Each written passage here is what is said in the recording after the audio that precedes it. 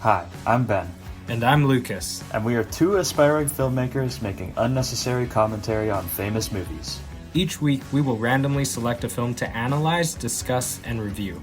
We will select the film at the end of each podcast, so you will have ample time to watch the movie before the next episode. We are slightly qualified film students.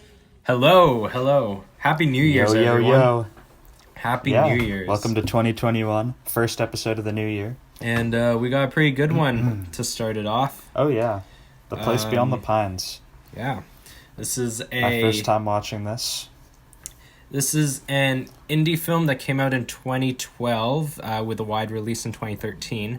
It's directed by Derek Cianfrance, who is the director of other films such as Blue Valentine and The Lights Between the Oceans, I believe it's called, which came out a few years ago. Yeah. Pretty notable independent film director. Yes. Got a pretty good catalog. And it stars Ryan Gosling, Bradley Cooper, Eva Mendes, Dane DeHaan, Ben Mendelsohn, Rose Byrne, Mahershala Ali, and Ray Liotta. That is a star-studded cast right there. This was like Ali before he was Ali. This was pre-Moonlight. Yeah. I was actually really surprised when I saw him. At first I was like, is that? I was like, oh, damn. I didn't realize he was in this. And also Ray Liotta. Yeah, Ray Liotta. I mean, he is just... Anytime there's a crooked cop in a film, you gotta get Ray Liotta there. Yeah, but like for a little indie film, this is a crazy cast. Yeah, it's pretty impressive. I mean, Ryan Gosling already had a relationship with him from Blue Valentine. Yeah. And there's an interview where Ryan Gosling says that this was the movie he had the most fun working on out of his entire career. I was watching an interview with Derek Cianfrance, the director, and he said that before he even did Blue Valentine, he met with Gosling to discuss Blue, but they he asked Ryan Gosling like what his dream is, like what's something he really wants to do, and Ryan Gosling said that he always wanted to rob a bank. And then the director was like, "Oh, whack! I'm actually making writing a script right now about a bank robber." So because he had this script in production way before he even filmed Blue Valentine, he said he worked 12 years on The Place Beyond the Pines. This movie, like I was watching it for my first time, and kind of the twists, you know how it goes from each character, and like it has like that 3-act structure where first it's Ryan Gosling, second is Bradley Cooper, and then third is the kids. I like totally did not see that coming, and I loved it. Yeah, this movie takes the 3-act structure very seriously.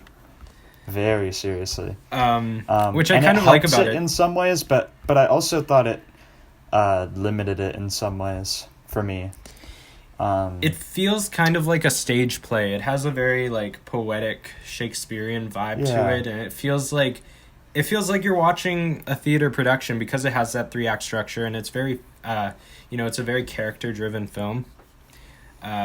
You could take each act of the film as an individual character study, because especially I feel like Bradley Cooper's character, there's so much to dissect in everything his character is going through.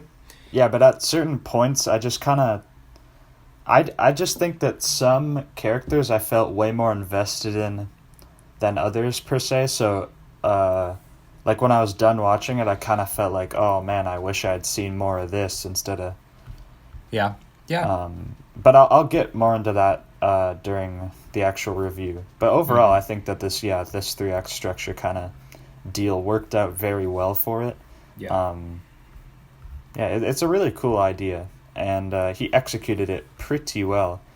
And it does, everything pieces together quite nicely, and when it kind of unfolds before you, it's really satisfying. I felt like watching it a second time, knowing what was going to happen, had a very different impact of watching it, because you go into it expecting what's going to happen, and you get to kind of you're more watching each act knowing that it's going to end eventually, and you're more I guess invested in those characters because you know that you don't have those 2 hours to watch their characters unfold. You have 50 minutes.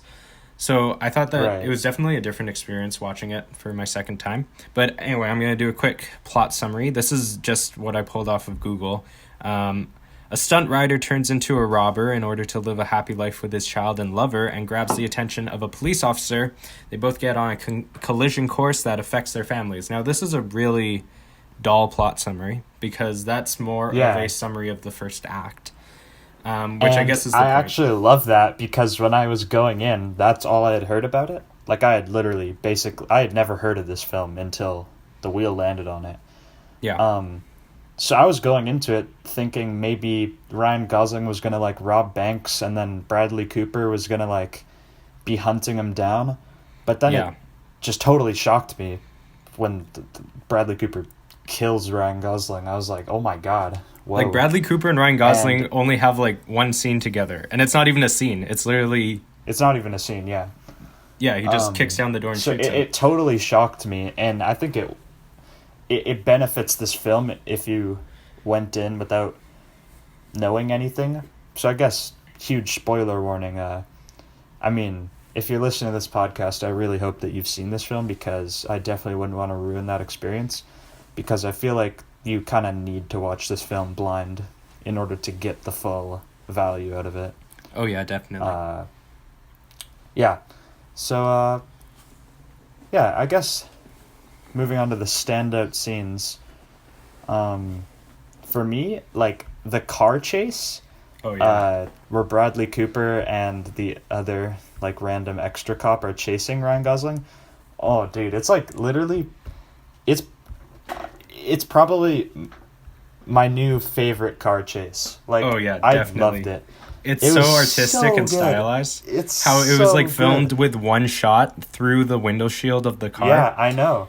One shot, and you're following the character, and I love how, it's like a police guy, so he's giving you the play-by-play kind of. Yeah. And obviously Ryan Gosling's stunt double is just ripping through this Yeah, graveyard. that part where he runs into the car backing out of the driveway. Apparently he was going 70 kilometers an hour, and he just like went flying into that car that was backing up. And like Yeah. and they did that all in well, that's one obviously- shot. So they couldn't Yeah. fake it. They couldn't fake it because it's one shot. It So- doesn't. Yeah, that's the thing. I noticed with this film a lot. There's some really long shots in this thing, but yeah, all the stunt stuff is normally filmed in like one take. Like even when Ryan Gosling robs the bank and it goes wrong, like he forgets to put on Yeah, it's all one the take. glasses. That's one shot. Even him driving out into traffic. Yeah. Yeah, that was Gosling. So I was like, They that was Gosling, they had their stunt rider who he's a very well-known stunt. He did the Batman stunts and everything, but he was the motorcycle stunt rider, and they just had him, and he trained Ryan Gosling for 8 weeks before they filmed this movie. And yeah. Ryan Gosling had never really ridden a motorcycle before, and in that 8 weeks he had to be ready to basically go full speed into 4 lanes of traffic and cut through these cars, and then go go right through a red light with like cop cars chasing him, and he had to do Yeah, that. The stunt and- double couldn't do that because of the one take. Because of the one take. But obviously, you can tell when it is Gosling. They're being extra careful, I want to say. Yeah. Like when it's the stunt driver chasing the stunt biker, they're like really close together. But when it's Bradley Cooper driving after Gosling, there's like you can tell that there's some extra space. Like Bradley Cooper also slows down way before he gets close to him.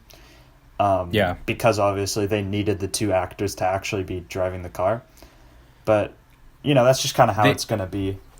They rehearsed that scene so many times, and they went on like a race car track and just rehearsed that scene over and over again, where Bradley Cooper would sit in the car and Derek Cianfrance would sit in the passenger seat, and Ryan Gosling would just like go around the track on the motorcycle, and Bradley Cooper would just chase after him in a car. And then they had to practice like the collision and him braking so that he didn't like run into him. Yeah.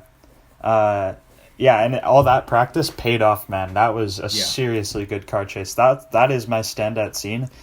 For a indie film to be able to pull off this action sequence like this and have it feel like it's straight out of a high budget action film is super impressive to me.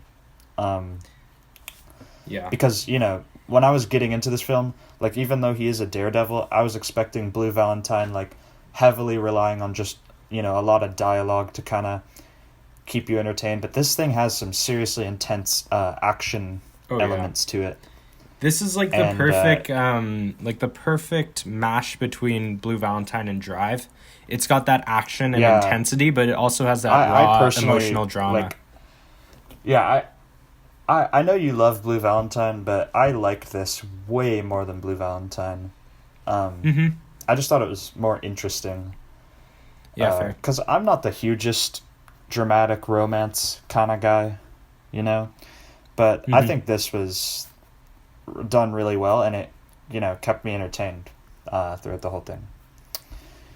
Yeah, so my standout scene, well, I was trying to decide, because I figured you were probably going to do one of the bank robbing scenes, because they're just like, you know, such an amazing craft. So I decided between two scenes that are both fairly smaller scenes in the film that I feel a lot of people are going to glimpse over when they watch this movie. But the first one I want to talk about is the crib scene. So there's a sequence where Ryan Gosling goes into Kofi's house, Mahershala Ali's house, when him and Eva Mendes are out, and he builds this crib that he's just bought with his stolen money for his baby. And that scene, it's so simple, and it also shows so much depth in who his character is and how it's edited and how just the overall ensemble performance as Eva Mendes and Mahershala Ali come back, and Kofi is confronting Luke as they're in this scene together, and then how the cuts keep getting quicker and quicker and quicker until Luke explodes and knocks him over the face with the wrench. And then how it concludes with just ends with this tracking shot. So all of a sudden everything's de-escalated. He takes his baby and he walks out in this one long tracking shot and sits on the porch and waits for the police to come. And waits for the police to come. Yeah. And that says so much about his character in just this like 2-minute scene. We see, you know, how much he wants to be there for this child, but he doesn't know how. It also shows his anger, his quick impulses, how he he doesn't really think things through before doing it, and that's definitely connected to, you know, the final bank robbing scene where he ultimately dies. And I think that this is just a really well crafted scene, both acting, editing, and cinematography. It's just really a really powerful sequence that I didn't think a lot of people would maybe catch when watching this film. The other one for me is the ice cream scene. I just love that scene so much. It's like a simple montage of just Ryan Gosling. One of the many points I was tearing up. Yeah, Ryan Gosling and Eva Mendes with their baby, and they're giving him ice cream for the first time. Ryan Gosling, as the character of Luke, wants to see his baby's face when he first tastes ice cream. So they take him to this corner store and give him ice cream. But it's just this like very simple montage with beautiful, heartbreaking music over top of the scene. And they get like a stranger to take a picture of them. But it's just such a powerful scene with Eva Mendes crying as they're taking the picture. Even though they're in a happy moment, she knows that this isn't going to last. And that's also what's so impactful of this scene. And it really shows their chemistry and that they did have something before everything went down. Yeah. And then I love how that scene is echoed later in the movie where you have Mahershala Ali and Dane DeHaan, who Dane DeHaan plays Ryan Gosling's son, but when he's like 16. Jason, yeah. And they have that conversation where Kofi tells Jason about his father, and it's set in the same corner store. It's set where that ice cream scene took place. Same place, and they're eating ice cream. Yeah, and they're eating ice cream, and that's like the echo. And this movie does that a lot throughout, where it kind of echoes different shots and stuff that we've already seen before, and it shows, you know, destiny, fate, and it shows how things that characters have done in the past still impact people years and years afterwards, and that's an ongoing message that's presented throughout this film. So those are the two scenes that really stood out for me. Yeah, good choices. like the ice cream scene, one of the many points I was tearing up in this thing. I am an easy movie crier. I tend to cry a lot when it's like a sad movie. But yeah, this thing, I wasn't, I kept my composure, but, you know, a few tears were shed. And that's a good thing. It's definitely what is intended, so. The scene that got me that I wasn't expecting at all, it wasn't even a scene, it was a shot. And it was when Jason goes back to the house where Ben Mendelsohn is. Bro, you know when I cried? Is when he's, the parallel shot when he's riding his bike. Yeah, that's the shot I'm talking about. Dude, we cried on the same shot. where Ben Mendelsohn gives him the sunglasses and he puts them on. He's like, "Oh, you're calling him back," and then it cuts to the same drone shot of him riding his bike down the same road. I know. With the same music. Cried. I was like, that damn. just it was so it hurt. It was so it broke my heart. And I the first time I watched this film was years ago, like 3 or 4 years ago. So watching it again, even though I remembered the overall storyline, there were a lot of plot points that I totally forgot about. And it was moments like that just hit so hard. It really is. That was like my main tearing up moment. Yeah.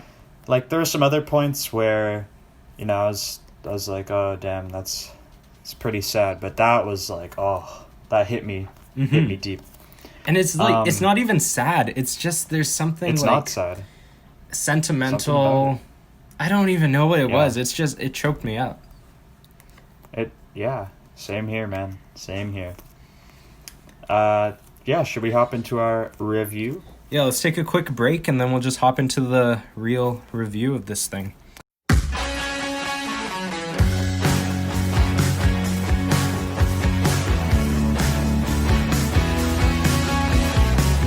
Okay, we are back. All right.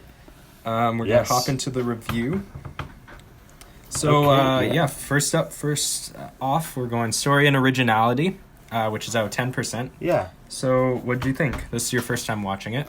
Yeah, so I think this is a really creative story, and it's definitely super original. However, I think that it kind of starts off a little bit weak for me. And just emotionally, I wasn't really that attached to Luke at first. To be honest, I was like getting hit in the feels with this movie is when I got attached to a character and then, you know, something bad happened to them. But with Luke, I wasn't really, I didn't really care about him as much as I probably should have when all this stuff was happening. I'm talking like the first 30-40 minutes. But in terms of the story, it's impossible not to get hit in the feels during this thing. It's just such a sad story. It's so original in the fact that it's so unpredictable. Like, this is one of the films you go into reading the plot synopsis thinking you know where it's going to go, but it just keeps turning and changing, and you're constant. Like, there wasn't a moment in this film that I was like, I knew what was going to happen. Mm-hmm. Like, even just the simple things like when Dane DeHaan and Emery they get arrested. They get busted for, getting Molly from that guy. Like, it's just so sudden and unpredictable, and it changes the course of the entire film. Yeah. Like, it's little things like that, and they just keep throwing them in that it makes this film so unpredictable. Yeah. And I do really like the whole, 3-act structure that we kind of already touched on, where it's switching between the characters. And just the only, issue I have with that is with Bradley Cooper's character, I cared about him personally, but I don't know. To me, he got the most screen time out of the 3 arcs by actually quite a bit. And I don't know, to me, just the contrast between going from kicking ass and robbing banks to the corrupt police work, I guess I wasn't really as invested in his fight to become a attorney general or whatever. I was super invested in what he had going on mentally after killing a guy. I love the thing with Bradley Cooper and how he was the thing that was really affecting him was that Luke had a son the same age as his son. So the whole thing where every time he looks at his son, you know, you can tell in his eyes that and then that moment where he picks up Jason, when he picks up Jason from the crib when they're looking for the money. Yeah. And he holds him in his hands and he's looking at him. Like, there's so much going on in his mind. And yeah, I agree that the Attorney General race and stuff is not all that interesting compared to the rest of the film. But all of the other stuff that's going on with his character is what drives that act, I think. Yeah. But I do agree that I think the second act is the weakest of the three acts. That's not to say that I wasn't entertained during that part, but I was more just, now that I already knew that this film was willing to take risks, such as, you know, killing off what I thought was going to be the main character, you know, bold choices like that. I guess I was more just waiting kind of during the second act for what was going to come. And yeah, I was rewarded. I loved the third act of this thing with the kids. Overall, this thing is super, super original. And I love that it wasn't afraid to take those risks with the story. And it totally pays off for a rich story that had me super invested by the end. Yeah, I totally agree. I think the character development in this film is fantastic. And I think that, yeah, you know, there are very few movies that are able to kill off what was supposed to be their main character, not even halfway through the film, a third of the way through the film, and keep it going in an entertaining way. I mean, I don't think I've seen a film do that except for maybe Psycho. Like, there aren't many films out there that can do that, like, in a smart way that works for the film. And just for that, I mean, Originality is so up there. And yeah, I agree with you. I give it a 9 out of 10%. Yeah. So let's hop into beginning, which is out of 5%. So I guess for me, when I was thinking the beginning, I wasn't thinking of the whole Ryan Gosling act, more just the first 20, 30 minutes. Oh, I was thinking like the first 15 minutes, 10 minutes. Yeah, sure. Yeah. And to be honest, I thought it was pretty weak. Like, not technically, but I just think that it moved super quickly into Luke's relationship with Ro. Yeah. And it was so sudden that it took me a very long time to get invested in their relationship. But in terms of, like, actually the first scene at the carnival, I liked the super long... I love that first shot. Opening shot with the credits. I have no idea how they switched to the stunt double. It was really quick. Yeah, I think, oh man, the first shot of this film is really fantastic. I mean, for me, I've always said the ending is more important to me, but how you open a film, and when I say open, I mean like the first shot, how you present your film to an audience, it's the hook. And this film, it's a really brilliant way to not only show who your character is, but also just, you know, cinematography and everything. This shot is fantastic, and they walked through a real fair. Like, those weren't extras, those were just people. So they just walked through because they wanted that honest, earnest reaction, because Luke is supposed to be this daredevil. Yeah. But that shot is just fantastic, and I love how it shows off all of his tattoos and like the hidden meanings behind all of them, and I didn't even look into that. That switch off. Yeah. Oh yeah. So his face tattoo, you know, he has that bloody dagger next to his eye. Blood, yeah. That was Gosling's choice before they filmed. He was like, I think I'm gonna get a face tattoo, and Derek Cianfrance was like, nah, that I don't know about that. That's a very big choice. And he was like, no, I'm gonna do this. So he went and got the fake tattoo, which stays on for a couple months. And then after he got it, he instantly regretted it. He was like, no, I think we have to take this off. This is going to distract from my performance and stuff. And Derek Cianfrance was like, no, you got the tattoo. You're going to keep it on, because when people get face tattoos, they eventually probably regret it.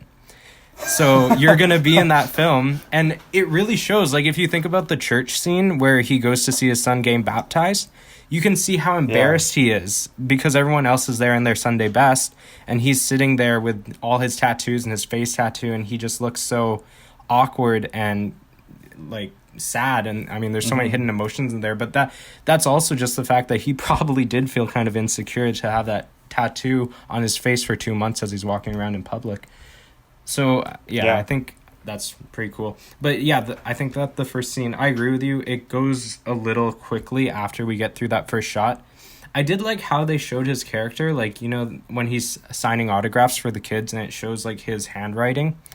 It shows you immediately what kind of character he is, his overall intelligence. And I thought that... Not very high. Yeah. But yeah, it introduces everything a little too quickly. Him and Eva Mendes, like, it's pretty, like, boom, right away. But I did like that... the thing I like about the opening is even though it's quick, all the dialogue is very, very realistic. Like, That's it true. sounds like actual conversations people would have. It doesn't sound scripted. And that's partially the writing and also partially the performances. But I think that helps the beginning. Yeah. All right. Yeah. I gave it a 3% out of 5. Yep. Yeah, I did think it was pretty weak, especially just because while I was watching it too, I was like, oh God, like, is this going to be how the whole film is? Like, that's kind of what I thought to myself as I was watching, like, the first 15 minutes, because I don't want to say Gosling's performance is, like, cringy, because it's actually a really great performance, but just to be hit with this, like, super edgy, not edgy, but, you know, Lone Ranger-y kind of character right off the bat, I was just like, whoa, okay. So yeah, 3%. I thought they could have honestly just taken some time out of Bradley Cooper's section and just put some more onto the beginning and boom, keep the same length and you got yourself a better structured film. But yeah, overall it wasn't the worst and I did really like the opening shots. So yeah, 3%. Yeah, I gave it 3% also. Let's move on to the ending. I really loved the ending. Me too. Film. I think it's a really nice ending. And I like how poetic this ending is. And I really tried to analyze this ending because there is a lot to analyze in it. I mean, if you just watch it point blank, it feels like a very basic ending when you're just watching it because everything kind of wraps up. But if you really kind of analyze it and compare and contrast it to the first scene, there's a lot to look at in this ending. Yeah, and I really love the fact that the character Jason, it's just kind of like he inevitably becomes one with Luke almost, and just you can from the moment you first see him to that final shot of him riding away, it's just like he transforms kind of into his father. He even gets the sunglasses and stuff. I really love that kind of poetic resemblance between Jason and his father. And all the scenes with AJ and Jason, I just loved watching it. They had really good chemistry as just working off of each other. Kind of friends, but they could still fight each other at any second. Yeah. It's like this super weird friendship, but it totally works. When I'm looking at the ending scene, so when he gets his motorcycle and rides off into the distance, there's something if you think about the opening shot of this film where we have Gosling getting onto a motorcycle, if you look, that looks very similar to the motorcycle Jason gets on. Yeah, they're both, red and white. And Ryan Gosling rides into a cage, right? So this is very metaphorical if you're looking at it. He rides into a cage, just like how his life is going to lead him down this path and then eventually to death. Whereas if we look at Jason's character, he rides off into the distance, into freedom, away from his town to, this is where the title card comes into play, the place beyond the pines, because this entire film is surrounded by pine trees, and all of the events that occur, the impactful events occur in a pine tree forest. And you see in the final shot, he's riding away from this grove of pine trees to the place beyond the pines. And that's very poetic because you're looking at the comparison between the two characters of Luke and Jason and how they are very closely connected, but also they're going to go, hopefully, down a different path. There's also something really ambiguous about this ending in the fact that we don't know what's going to happen to Jason's character because he has just, kidnapped a police officer like assaulted his son. Yeah, So like, we he can has assume some charges pressed on him. Yeah, and he we can is assume now that a there's people looking fugitive. for him. Yeah. Yeah, So there is something ambiguous to that fact. he's but running away. I felt that this film didn't overstay its welcome. It ended at a nice time, and I really love how it just stayed on that final frame of him riding off into the distance, and you have that very like nice folky song play as he's just riding that off, song and it choice. stays on it was that. a great song stays choice. on that shot. Yeah. Yeah, Yeah. there's that line in the final scene where the guy says, "Have you ever ridden one of these things?" And then he just doesn't And he just respond. doesn't and respond. bikes off. Like, I was like, oh yes, like, Yeah. damn, that was like the standout line of the film, low key. Because Yeah. oh man, that I just love that. I gave it a 4 out of 5. Yeah, I gave it a 4 out of 5 too. And the only thing that I felt was missing in the scene was I didn't feel that the whole Avery winning, that whole acceptance part where he wins his he becomes the attorney general of New York. I didn't feel that was necessary, or it could have been a lot quicker, and then they could have just added like an extra minute or two into either the aftermath of the attack on his son and on Bradley Cooper. I feel like we could have had a bit more of an aftermath to that, or one singular scene between Eva Mendes and Mahershala Ali after they realize their son has ran away, and he gives Eva Mendes that picture. That's another thing I love about the scene. He sends her that picture of her and Luke and baby that's Jason. That's another time I started crying. But I feel like that could have been a little longer, and we could have seen her emotion from receiving that, and maybe just a little scene between her and Mahershala Ali. I feel like that would have been more impactful than Avery winning. So that's the only reason I wouldn't have been able to see it because I was crying too much. But, Yeah, that was the only reason. I also love how it like gets more folded. Like, it's a good picture. How she's covering her eyes too. Yeah. Or he's covering he's covering her eyes as she's crying. Oh. Yeah. I love it. Yeah, 4 out of 5. Yeah. Well deserved. All right. Screenplay and dialogue. This is at 8%. Overall, I think this is a great screenplay. But once again, the beginning, the problems I thought that I had with the beginning are kind of also applicable to the screenplay. I thought the dialogue was like a little unbelievable at the start. I agree with you that overall the dialogue is super realistic, but just in that first interaction they have, where she's like, "Do you even remember my name?" I was kind of like, oh my god, this is like too cool guy, has a lot of lovers, but like I just thought it was a bit over dramatic at first, but then I kind of sunk into the groove of like, okay, I'm watching this kind of movie, like let's get into it. I honestly, like, even though I don't like the Act 2 with Bradley Cooper as much, I think some of his scenes are the best written. The scene that I thought stood out the most was the scene where him and his dad are in the pool. I thought that scene was written masterfully. Like, I thought that was the best written scene in the whole film. Or even that scene with him and his psychiatrist, the counselor. Yeah. I thought that was a really it was really nice good scene. too. Yeah. Really just all the scenes, even, because it's written in a way that you get the sense for his character and how he does not really believe in the corrupt stuff that's going on. And even though I think that this part is less interesting to watch, if they kind of made it its own film almost, I want to say, like, if this was a separate story, it would have been really good because the scenes are written really nicely, and the ending is also written really greatly. Yeah, I love how dialogue feels to overlap each other in a very realistic way. I mean, if you listen to conversations in real life, everyone talks over each other. And it's, if you've seen films by the Safdie brothers, they do this too, whether it's Good Time or Uncut Gems. They have a very chaotic feel to them in the dialogue. Everyone is talking over each other, and it's something that this film replicates in a certain way, that there's always like background conversations going on. People are talking over each other. And it feels very real. And yes, maybe some of the wording isn't perfect or it feels a little too dramatic, but I felt that through the delivery and through the nuance, and everything just felt very fluid. And it was gripping. It felt real to me. It felt like I was watching an actual an actual person.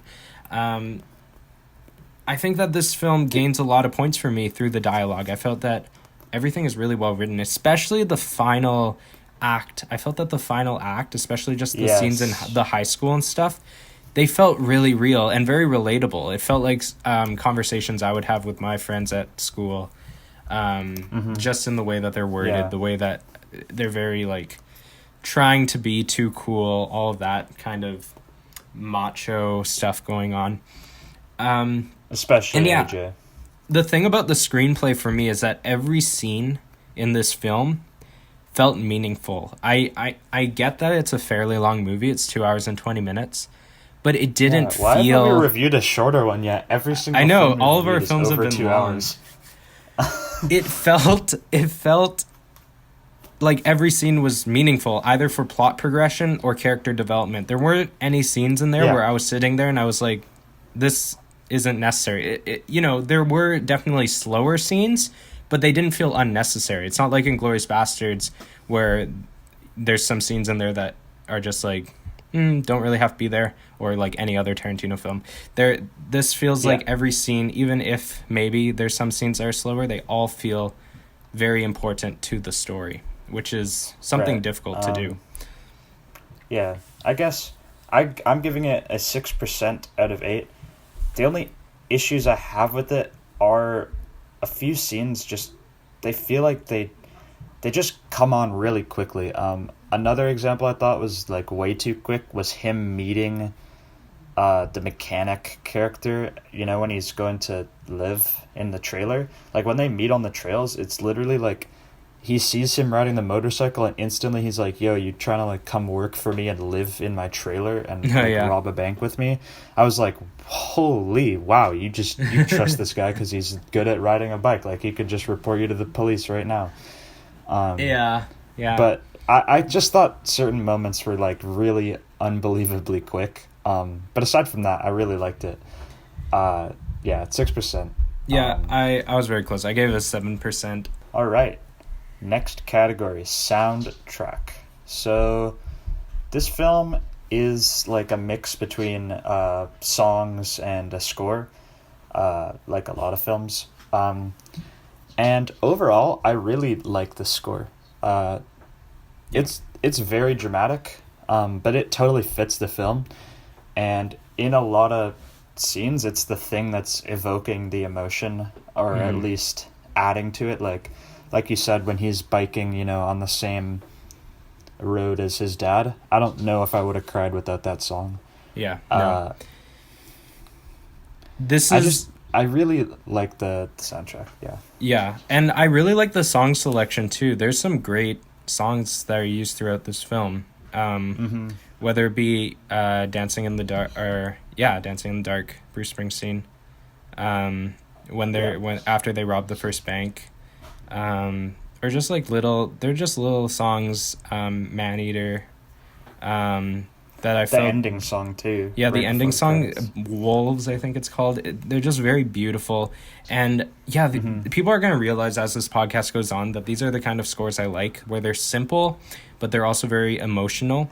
You can give me a very, large, epic soundtrack, and I'll think it's cool, but I'm not going to give it full marks because, people have said Inception or any Hans Zimmer music, The Dark Knight, Interstellar. People always say that those are like the best soundtracks, but bro. Yeah, but I don't think that they're amazing. Yes, they're brilliant in their own way of how they're orchestrated, but I don't get emotional through those scores. These are the scores that make me emotional. Just those simple but beautiful and really heartbreaking music. Like, for example, I was talking about the ice cream scene. I really love the song they used there. Or that theme song that's played like 2 or 3 times throughout the film really hit me hard. And I've said before, for me to give full marks to a score, it has to be a score that I will go back and listen to without watching the movie, and I've done this with this score. The first time I watched it, I remember going back and listening to it on Spotify, and I did it again this time after watching the film. And there are not a lot of movies I do that with. I can think of maybe 5 on the top of my head. So yeah, I feel like I have to give it full marks because I went back and There listened you to it. go. So 7 out of 7%. Yeah, I'm giving it a 6%. I really agree with you. The only thing dragging it down for me is there's like a few scenes with Bradley Cooper where there were these like really weird like guitar chords that they were just kind of playing as like ambience. Yep. Not many critiques of that. So I want to take a Okay. quick break and then we'll head into the second half of our review.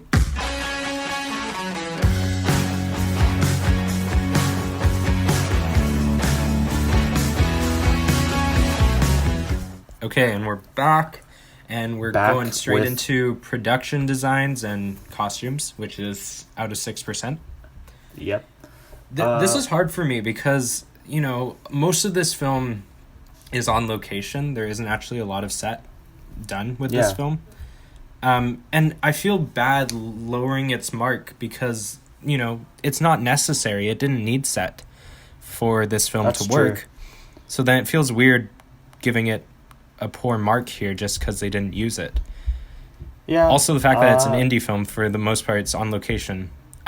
So I didn't give it, obviously I didn't give it full marks, and I didn't give it, but I was focusing more on costumes here than production design, because I yeah, felt like for sure. Me too. that was more I fair. think it's unfair to just give a film like a 1% if they didn't shoot anything on a set, just because they didn't maybe have the budget for that, or if they don't need it. Like in this film, they totally didn't need to use sets at all, really. Yeah. So I wasn't really too worried about that. And I do like the costumes. I thought at some points they could have maybe switched up a little bit. Like Luke pretty much wears the same thing the entire first act. Like he's got a couple different shirts, but overall his costumes were pretty much the same throughout the whole first act. And I actually really liked Ramina's costumes as well. Yeah, me too. And the cops, well, I mean, they're just police uniforms. There's not much there. But the thing that really stood out to me was the kids' costumes. I thought they were super detailed and really well done. Especially Jason's costume. I feel like I've literally seen that exact same outfit, like, at my school. So I think they did a really great job, you know, doing their research on what the kids are wearing. And AJ as well. AJ's costume is great. I feel like AJ's costumes really fit his character. The other thing I liked about the costumes here was the color choices. It all felt like it complemented each other really nicely. Like, again, the crib scene that I was talking about before, they're surrounded by these like pastel yellow walls, and you have the characters wearing some like more navy blue / pastel blue costumes, and that contrast between the yellow and blue really makes each character stand out in the scene. So it's little things like that make the costumes a lot more impressive, and the color choices. Yeah. I'm giving it 4% just because I can't really give it that much higher when they didn't use sets for this category. But overall, I thought the costumes and the set design were pretty good. Yeah, I'm giving it the same, 4%. I mean, costumes at the end of the day were fairly minimal, but they didn't need to be crazy for this movie, and that's the other thing. Production design, costumes, there was nothing crazy about this film that needed anything, but that doesn't make it any less than films that do use huge sets and huge costumes. Like if you look at Brazil, we did last week, which had some crazy costumes and insane set design.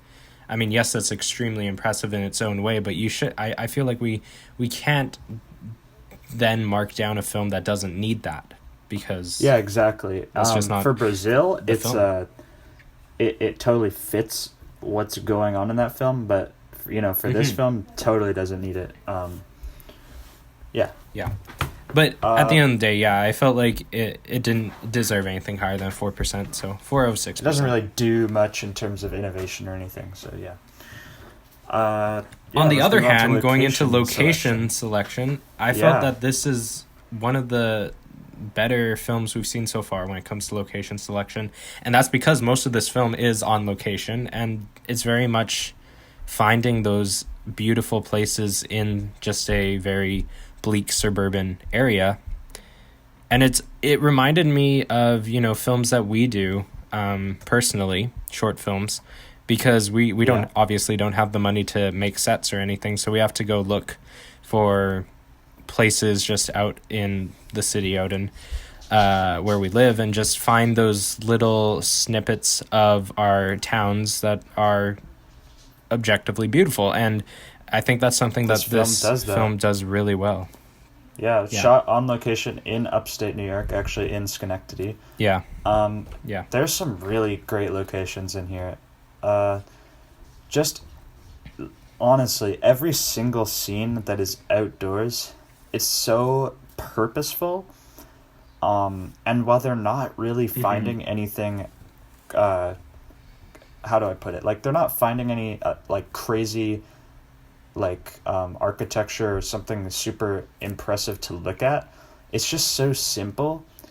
It just looks like a simple thing anyone could go out and find in their neighborhood, but at the same time it's also beautiful. Like you said, there are some really great locations, but at the same time it's not in this unbelievable way. Like, it feels very down to earth. But they really made them look beautiful. And that's also, partially the cinematography done in this film. Scenes like the car chase. I love the car chase. And location is super important in this film because they have a lot of tracking shots, so they can't fake it. Like, for example, the police precinct, they had to find an actual police precinct because they have the entire tracking shot of Bradley Cooper walking through it, going in the elevator, going upstairs, walking through the upstairs corridor. And you have to use an actual location. You can't just use a little room and decorate it as a police station. And also, all of the banks, I think all of the banks were really good choices. Especially the last bank where it had all the she's trying to throw the money over. Yeah. And that outdoor shot of him on his bike looking at the bank, it's just those little things that are really fantastic. And, of course, this film is called The Place Beyond the Pines, and as I was saying before, the entire town that they're in is surrounded by pine trees. But if you notice throughout this film, anything that's, super impactful for the plot tends to happen within, the pine trees. Whether it be Ray Liotta taking Bradley Cooper out and you're thinking he's going to maybe shoot him. Of course, the ending climatic scene between Dane DeHaan and Bradley Cooper. And it's just things like that I don't know. I think the location selection is pretty much close to perfect in this film. There weren't any moments where I felt that it was lazy. So, I'm giving it totally full marks, 6 out of 6, 6%. I'm also giving it full marks. Just the way they did everything was super purposeful, and it really worked out. And like you said, they have to find authentic places because, they're actually doing these long tracking shots. So, full marks. Also the fair. I was listening to an interview by the cinematographer, and they use the real fair that happens there every year. And they had to get a map of the fair, and they wanted to map out Ryan Gosling's route in order to get the nicest shots through this tracking shot, whether it be the attractions or the food vendors and all the different lights. So they had this pathway set up towards where the cage is, and just that in itself, that very intense thinking for this 3-minute tracking shot of how they can make each frame really interesting to look at is just showing how much work they put into the location. So yeah, totally agree. Full marks, well deserved. Now let's move on to the cinematography. And this movie is so beautiful. This film's so beautiful, but they cheated. Okay, it's not a bad thing that they cheated, but they used the most stereotypical yellow, teal, and orange teal color palette. Every backdrop is blue, and all the lighting on the characters' faces is orange. And this is not a bad thing. It's saying this in a negative voice, but it's good. Like, it looks amazing. Yeah. It's just, it kind of has to when you do it like that. When you're like downloading LUTs or something, you got those Hollywood orange teal uh, download packs for a reason, because Yeah. it makes your film look super, super nice. Yeah, all the colors, like, you can tell that they just bumped up the contrast in this thing, because, Mm-hmm. with a typical dramatic action flick, that's what you're gonna do, but it totally achieves that look with this film. Yeah, like, there's, like, we've been talking about, there's tons of long tracking shots in this thing, and I love it. Yeah, the first shot, you never even get to see his face, and when his face is revealed, it's powerful. There's a lot of powerful shots in this thing. Yeah. Yeah. This is kind of like soundtrack for me. A lot of people are going to realize that this is the kind of cinematography I like, and I get that they did cheat it somewhat in editing, but that doesn't change the fact of how they framed each shot. That doesn't change the fact of, Totally. the camera movement and everything. So this is the cinematography I like. And yes, Parasite, and a lot of other films, whether you look at Blade Runner 2049, films that are objectively just gorgeous to look at, of course, those are beautiful, but those aren't the cinematography moments that bring out emotion for me. Yes, I think it's beautiful, but it's not gonna, bring that heart into the film that cinematography like this does for me. And also, there's something really inspiring about a film that's able to take the budget it has and make something so interesting to look at. I mean, not anyone, but looking at Blade Runner 2049 had a budget of $185 million. I mean, with a budget like that, of course, you can do something incredible. But when you have a budget of 15 million and, probably a third of that budget is going towards either renting locations, extras, and all of your actors, since this is such a huge cast, it's very impressive what they're able to do through this film. And I love how raw and bleak everything is. And of course, people should know by now that I love the shallow depth of field. And this film has lots of bokeh, lots of very intense depth of field. And I also like how it just has this very light handheld feel to the entire movie. But something I noticed was how it matches characters' emotion or internal struggles through camera movement. So if you look at the Ryan Gosling act, a lot of it is handheld because of like what he's doing, his demons he's fighting as he's trying to provide for his family that doesn't really want him to provide for them. And you have Bradley Cooper's stuff, which is a bit more static. And then slowly, as his character begins to go into like the corruption, he tries to rat out his fellow policemen, he's worried about getting killed, all of that, then it starts to get more handheld, right? And then after Ray Liotta and all of them get arrested and stuff, it goes back to static. And it's just those little things that maybe a lot of people aren't going to notice, but it's those little camera choices that really show the amount of thought that was put into the cinematography. Yeah, I agree. They shot this thing on 35mm film, as you do, to get that aesthetic. And yeah, the aesthetics are great. I think that the other thing that this film does really well is, once again, intercutting long tracking shots or long wide shots. And it's not scared to do that. A lot of films, don't use this to their advantage. And it's something that's really stylized about this film, that whether it is Bradley Cooper walking through the precinct or that opening tracking shot, or all of the bank robbing scenes are done in one shot. And I love how that cinematography is echoed into the third act, in which Jason goes and steals the oxys from the pharmacy. It's all done in one shot also, which kind of replicates the bank robbing scenes, and it shows the connection between Jason and Luke once again. Also, just like there's a lot of moments in this film that they use the look, they use the cinematography to match things that have happened, whether it's the first time Luke saw the trailer to the first time Jason sees the trailer, it's shot in a very similar way. The drone shot of them biking down the same road, all of those things and how they replicate each other is a really interesting use of cinematography.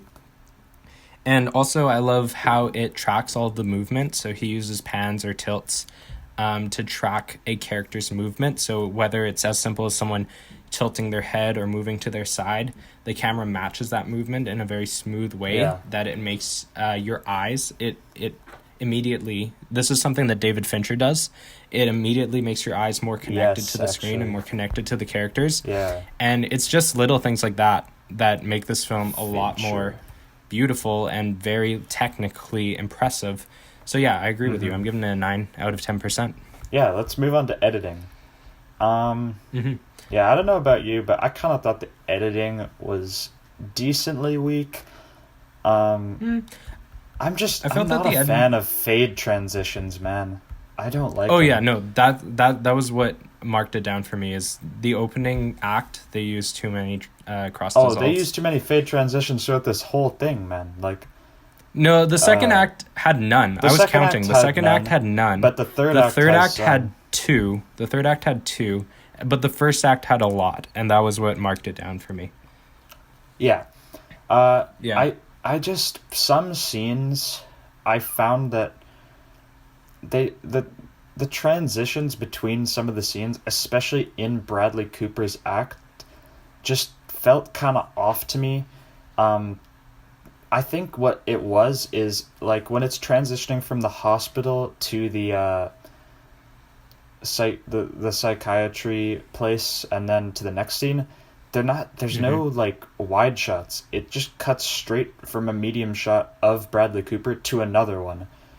No, but I love that choice because they cut right to a shot of his baby, and that connects really closely to the psychiatry scene because she's talking to him about if he has the hospital to the psychiatry place.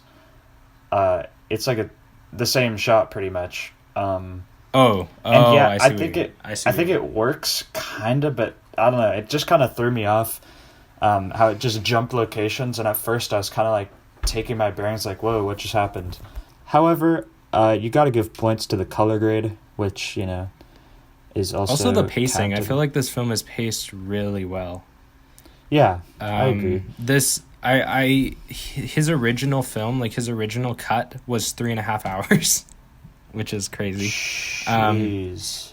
And he said this quote that I was listening to an interview, and I thought it was hilarious. He said, "Writing is like dreaming, shooting is like living, and editing is like murder." And I thought that was a brilliant quote. That's a good because quote, he said yeah. he sat in that editing room forever trying to cut this film down, because originally he had a 158-page script, and they said he has to cut it down to 120 pages, and he didn't know how to do it, so he just shrunk the font and widened the margins, and no one caught him. But then he got to the editing room, and he had to cut it down. And I feel this film, as I was saying before, there's no scenes in this film that feel unnecessary. And for a 2-hour and 20-minute film, that's extremely impressive. I feel like there's some scenes that are not necessarily unnecessary, but just go on for too long without necessarily doing that great development. I think that the scenes with Bradley Cooper, especially near the end of his act, where he's just busted them all, there's like a solid 10 minutes kinda before it transitions over to the third act. You have the graveyard scene, which, you know, acts as the transition, but also the scene with all the newscasts, and I like it, but I just feel like there's so many extra scenes for Bradley Cooper, and I feel like if they just gave more to Ryan Gosling and just let him be in it for a little longer, then boom, now I'm super attached to Ryan Gosling, and it's like, oh. The stuff I really like about editing, definitely the house sequence. I thought that how they were kind of parallel editing. Powerful. Gosling at the top calling Romina, and he's like telling her not to tell his son about him and stuff like that hit so hard, and they're intercutting that with Bradley Cooper like looking through the house trying to find him. And it adds so much intensity to that scene, but also so much emotion. Also, they do that again with when Luke is trying to give the money to Romina, and then they're intercutting it with Robin destroying Luke's motorcycle. Yeah. It's just little things like that and I think that what they do well in the editing in this film is that they aren't afraid to hold on shots. and they aren't afraid to just let a shot speak for itself. They don't feel like they need to have lots of quick cuts. They let the actors do a lot of the work. And that's something a lot of films don't have the guts to do. Yeah, so that especially the psychiatry scene I thought was edited really well. Within the scene. Just because they hold on each of the characters for a long time, even while the other character is speaking. Especially, holding on Bradley Cooper. They only cut to the psychiatrist a few times. Yeah, I'm giving it a 6%. I know I was dumping on it. And I originally, when I watched this last night, had this lower. But as I was watching it, the color grade is what's boosting this for me. It's like so well done. Every single shot is popping. All the colors are popping. That's what's raising this for me. But I did think this was a decently weakly edited, but overall, I think compared to the rest of the film, and also the budget, I got to give them some credit. So 6%. Yep, I gave it 7%. The only thing for me was really the cross dissolves, and I do feel that there were a couple scenes that could have been shortened a little bit and replaced somewhere else. But other than that, I felt that this was fairly just well done. So I gave it a 7 out of 8%. Yeah. Okay, let's move on to acting. I thought these were some very strong performances. I think that this, overall, looking at all of the films we've done so far, I think overall this is the most solid acting from an entire cast we've seen. Yeah, for me, I think it's between this and Parasite. Yeah, I see that too. Mm-hmm. I really loved the acting in Parasite. I thought Bradley Cooper did what he needed to do. Maybe it's just the fact that I wasn't necessarily as interested in his character that that made me not like his performance as much. It's not that I didn't like it. I thought his performance was good. But I just think that I wasn't necessarily as entertained during the second act. So I didn't his performance was good, but his character didn't have the emotion and intensity that the other characters in this film did. So I feel like his performance is pretty overlooked for me, just because I feel like everyone else was out here pouring their hearts out, and he is, getting upset over the corruption. He's not necessarily having these intense. I think his emotional performance moments. in the final act, maybe not the second act, but his performance in the final act is really good. It's pretty solid. That scene when he's yelling at AJ in the interrogation room, and he's telling him he can't not to hang out with Jason anymore, like that, and of course that ending climatic scene where he's apologizing to Jason. Yeah. And he's begging him to tell him if his son's okay. I honestly think Bradley Cooper gives the most solid performance in this entire cast. Not because I'm not saying his character is the best, because it's not, but I think performance-wise, looking at it, just acting, I think that he gives the most solid performance. I think it's either him or Eva Mendes. I think Eva Mendes gives a really good performance too. Yeah, Eva Mendes also gives a great performance. Also, the teen actors. Where did the... Yeah.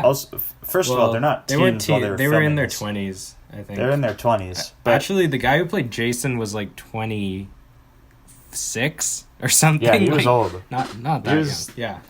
He was old, but their performances are really great. I love their performances. And overall, I think this film has really good performances. It's also just the script that's giving them this, because it's a super dramatic script, so obviously it's going to give them that intensity they need to shine. But I think everybody handled it super well and played their character greatly. I'm giving it a 9% out of 10. Not quite perfect in my eyes. There's some scenes where I thought the acting was just a little bit weaker. Not quite enough to take it to that top level for me. So 9%. Sure. I thought that everyone in this cast is just immensely talented. I thought it was exceptional casting. I think that every character individually had so much depth, and um, I don't know. I really bought all of the performances in this film. There's not a lot of time where every character, including all of the supporting casts, give solid performances. Yeah, as I said, Bradley Cooper and Eva Mendes, just the emotion they brought to their character. Eva Mendes doesn't have a whole lot to do, but I don't know. There's just something about her performance that was really solid. Ben Mendelsohn, even as Robin, I thought he was really good in capturing his character, because his character is this very like easy-go-lucky, but with a lot of darkness. And I kind of think how he delivered each line of dialogue was in that sort of way, and he had that feeling to him. And I really liked that scene between him and Dane at the end. It was really solid, and how you could tell in his eyes he was getting very nostalgic too. And there was something really and a little bit sad, that. because it's not like his relationship with Luke was perfect. No, but they had a connection. They had a connection, even if Luke almost killed him. Yeah.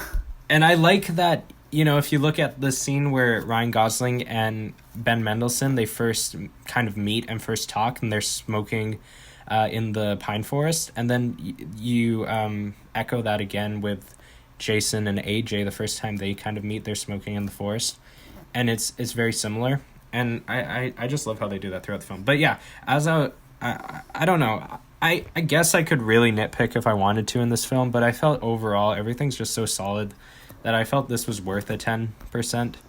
It's not a solid 10%, it's a lower 10%, but I didn't feel like it was low enough to be a 9%. So I gave it 10 out of 10, acting. Yeah, let's get into entertainment value. So, okay, here's what I'm going to say about entertainment value. I know a lot of people find this film boring. I know a lot of people find this film boring. I don't. And even though people say, yeah, the second act is slow, fine, sure. But I don't care. I enjoy that second act. And that's, I guess, where we disagree. I get it. The first time I watched this movie, I think I did find it a bit boring. Once again, I was kind of young, and I don't think I fully grasped this film. But watching this movie the second time, knowing what was going to happen, I sat there and I took each act as their separate act, and I just enjoyed it for what it was. And yes, there are moments that slow this film down, but overall, I was genuinely entertained throughout watching this movie. Yeah, I mean, I just, like, I don't want to say the second act is boring, because that's such a strong word, I feel like, in terms of talking about a film. But I just think that the story kind of lost me a little bit during the middle. Also, just during the first act, like, it wasn't until later in this film that the first act's significance kind of hit me. Because when I was, watching it with Luke, I was expecting that Luke was going to be there the whole time. So I was pretty bored during the first and second act of this film. Not bored, but let's just call it, I wasn't as emotionally attached to this film as I was in the third act. By the third act, I was in it. The film had me, like, in its clutches, but it just didn't in the first and second act the way it did in the third.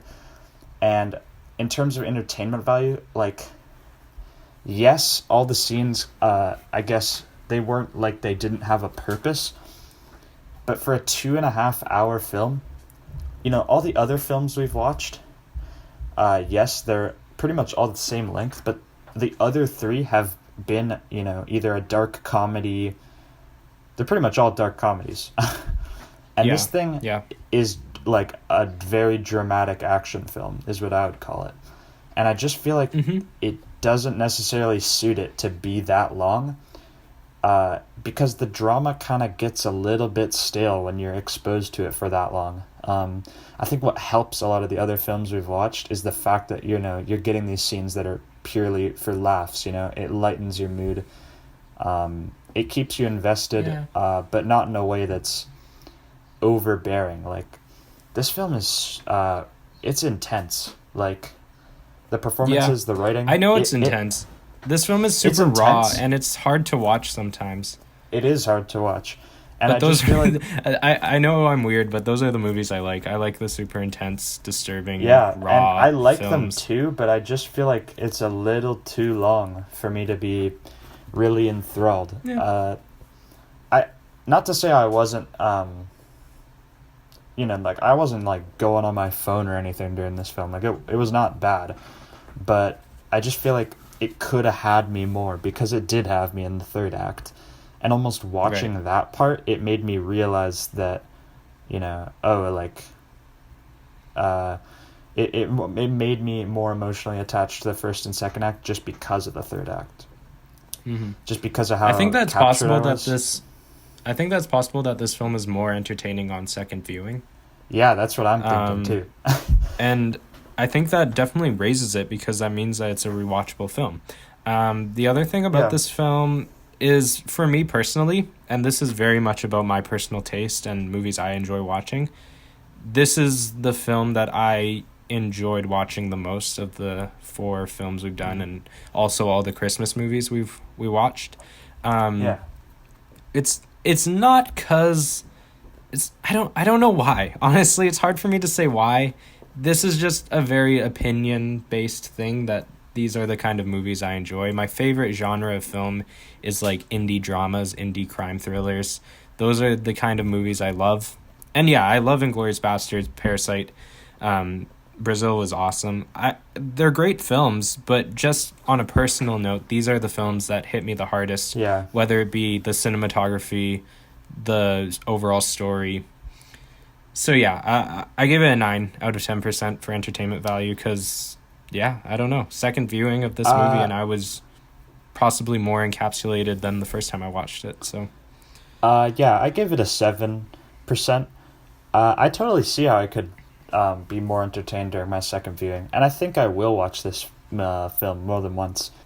So yeah, let's get on to overall technical achievement. Yeah, I think people will realize technically that this, I mean, for me, pretty much every technical aspect of this grading has only been down by 1%. So, this film, on a technical basis, just looking at it, it's very impressive, especially for an indie film. Mm-hmm. I think it's technically solid as well.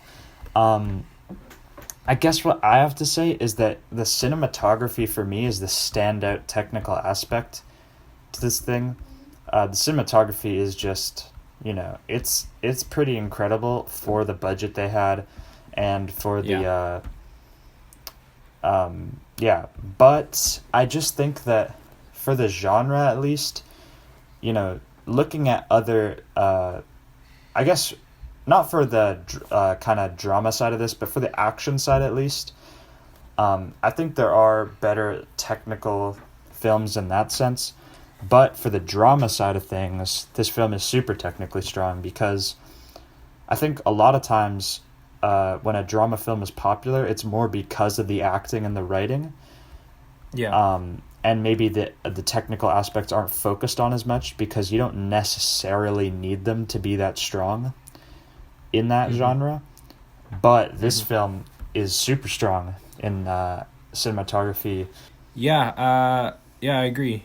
I mean, it's technically solid. I think the only thing for me is there's tiny sound issues, cross dissolves and editing.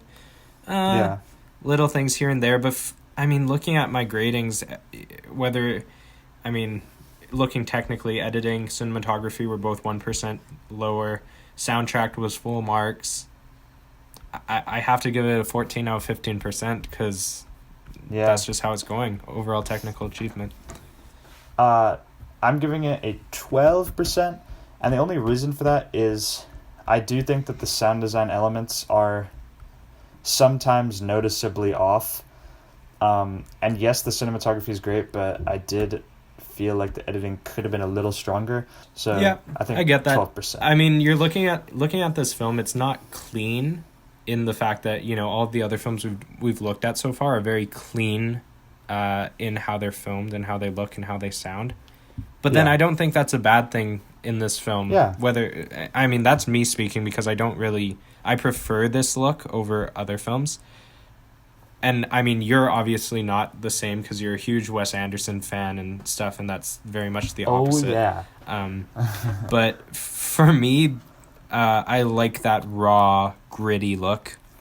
Yeah. So yeah, but I think this is very much opinion based. And my total percentage is actually higher than I thought it would be while I was watching this. I do think that this is a great film. So let's get into our total percentages once we've tallied up all our individual scores. In total, I gave this film an 81%, which is still very strong. I think I gave Inglourious Basterds an 84%. I think I'm pretty okay with where it landed compared to the other films we've reviewed so far. Yeah. For me, this is my highest film. It got an 89%. So I still haven't reached the 90s. I've reached the 90 threshold there. twice. You've reached the 90s twice. I think I was a little too nice to Parasite. Looking back, just because it was our first episode, I maybe would have scored that lower. But yeah, I don't think I was too nice to Brazil, man. I love Brazil. I was actually my original rating for Brazil was way higher, but I had to take it down because I was like, okay, I'm just being too much of a fanboy for this. Like, I gotta lower it in some parts. I was being unrealistic. 89 and 81. I mean, that 89 averages 85. 85. Yeah. 85. So it's higher than Brazil. And it's almost at the same level as Parasite. Inglourious Basterds is still reigning supreme. Yeah. I think I might have been too easy on Inglourious Basterds. Yeah, I mean, for me, I've seen it so much. I think, honestly, this film could grow on me and actually be rated a lot higher. Because when I was watching this for the first time, so I was being decently critical on it. Yeah, I would totally rewatch this film. I think everybody should give this thing a try. It might not be suited for everybody, but then again, a lot of the films we've watched aren't suited for everybody.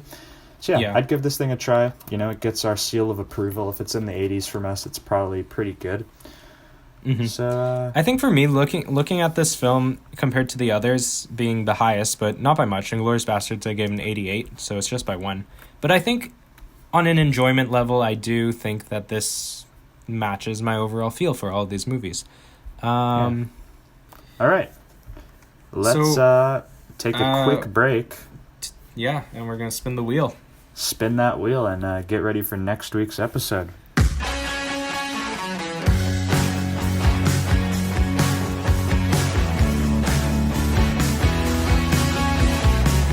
All right, welcome back. Okay, and we're back, and we are about to spin the wheel. Yeah. I'm excited. I'm excited too. I can't believe that we're going on to our 6th episode already. That's 6 crazy. episodes, 5th normal review. Got 100 films on here. Obviously, all the ones we've already reviewed have been taken off. Really good variety. I'm excited to see what's going to pop up because, oh man, there's just such variety in these films. Press and screen record. And let's do this thing. Put up the volume. 3, 2, 1. Yeah, here we go. What are we landing on? Oh. Okay. What is it? So we've landed on a movie called, I think it's called Atonement. Is that how you pronounce it? Atonement. Atonement. Huh. I've seen this movie once. From 2007? Yeah. Huh. Oh, wow.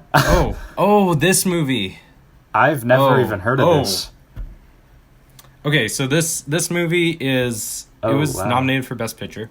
Oh. It was nominated for Best Picture. I remember it being a very good movie. I remember it being excruciatingly depressing. Wow. Yeah, okay. I'll read the plot synopsis. It's 2 hours and 3 minutes, so maybe if you remove credits, it's our first sub 2 hour. All right. Here is the plot synopsis off of IMDb.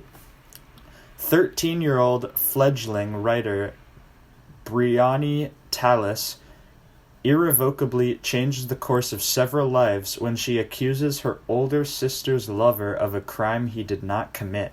Yeah, I don't remember this film that well. I remember it. I remember the ending, because the ending is, oh man, the ending is something. But I don't remember the film that much, so I'm excited to rewatch it. Yeah, and everybody make sure you guys watch this film as well, just so you understand our critiques and our comments next week. This week we will be adding a requested film onto the list. Which one should we do? What's next in the line? Rocketman. Fan requested. Rocketman. Add it to the list. Yeah. If you guys have any requests, you can DM us at s_q_f_s or email us at sqfilmstudents@gmail.com, and we will add it to the wait list and add it in a future episode and hopefully watch it and review it. This has been The Place Beyond the Pines, average percent of 85. Next week we'll be doing Atonement, and we hope to catch you all then. Yeah. Thanks, guys, for listening. Happy New Year's, and we'll see you next week. Thank you for listening to Slightly Qualified Film Students. Make sure to tune in next week for a new film discussion and review. Our theme song is Slightly Sexy by Thompson Springs. Make sure to subscribe and leave us a like. Send us feedback and comments, as well as your thoughts on the film. Follow us on Instagram and Twitter at s_q_f_s. If you would like to send us a question or a comment for next week's episode, you can email us at sqfilmstudents@gmail.com. Thanks for listening, and we'll see you all next week. Bye.